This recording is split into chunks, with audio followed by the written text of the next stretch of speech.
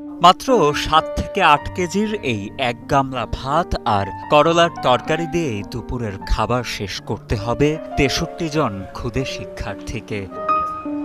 কখনো আবার ভাগ্যে তরকারি না জুটলে খেতে হয় খালি ভাত, কখনো আবার পথে হেঁটে হেঁটেই হাত পেতে তাদের জোগাড় করতে হয় খাবারের টাকা। আমাকে হুজুরে যা দেয় এই দিয়েই আমরা খাই।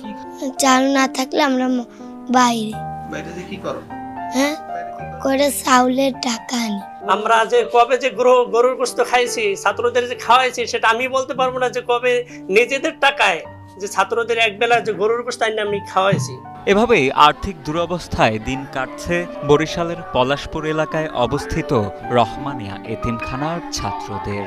এই মাদ্রাসা ও এতিমখানাটিতে প্রায় ৩০ জন এতিম শিশু লেখাপড়া করছে।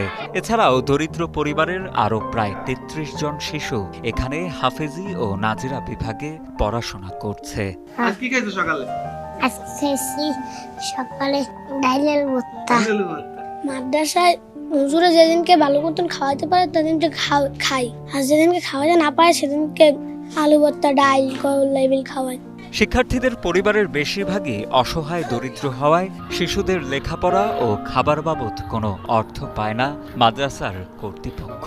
তাই অর্থের অভাবে পথে নেমে খাদ্যের ব্যবস্থা করতে হচ্ছে এতিমখানাটির অসহায় ছাত্রদের।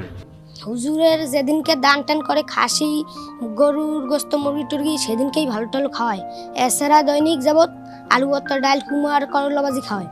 তো আমার এখানে প্রায় ৩ বেলায় ২৫০ ছাত্র খায়। ৩ বেলায় ২৫ কেজি চাল লাগে।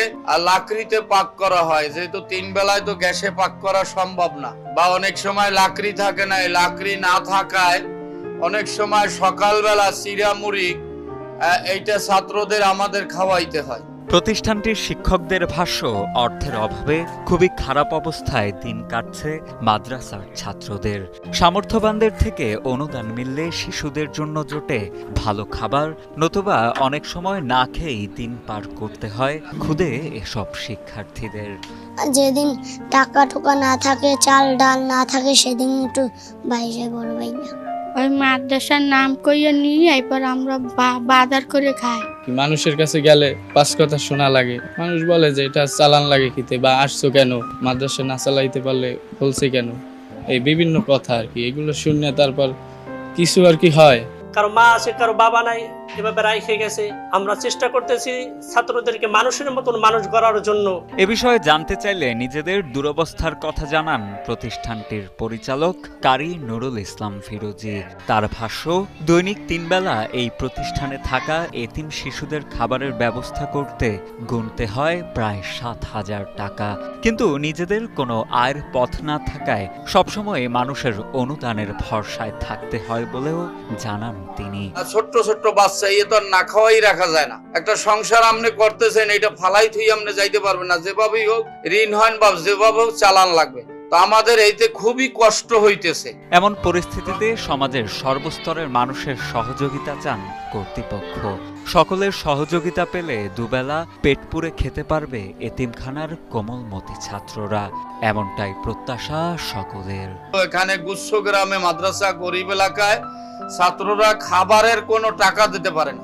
আমি আপনাদেরকে দাওয়াত জানাইতেছি, আপনারা আসেন, দেখেন, প্লাস আপনারা এখানে এসে দেখেন, এলাকায় যারা রয়েছে তাদের সাথে কথা বলেন, তো আপনারা পেয়ে যাবেন যে এখানে ছাত্ররা খাবারের কোনো টাকা দিতে পারে না।